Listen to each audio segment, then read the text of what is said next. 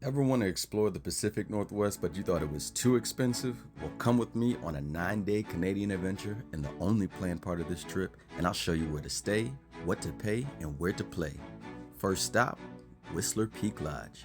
So to avoid a high security deposit, I flew into Seattle where I only paid $148 for a 9-day Jeep rental. Day 1, I grabbed the best crispy egg sandwich and I hit Blackcomb.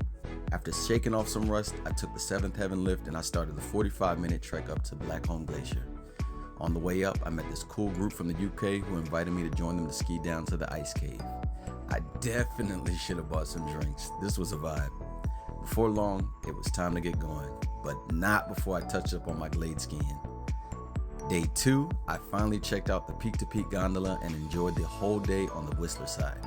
The rendezvous had plenty of great food options with moderate on-mountain pricing and jaw-dropping views. It wasn't long before I was back carving and practicing my jumps. Let's talk pricing. I paid $350 for 2 days at Whistler and $91 per night at Whistler Peak Lodge. Airfare was only $250 from DC, and it was Delta. I stayed in Whistler from Sunday to Wednesday. At the end of the day, it was time to check out the opera scene at Longhorn Saloon, and for a Tuesday, it did not disappoint.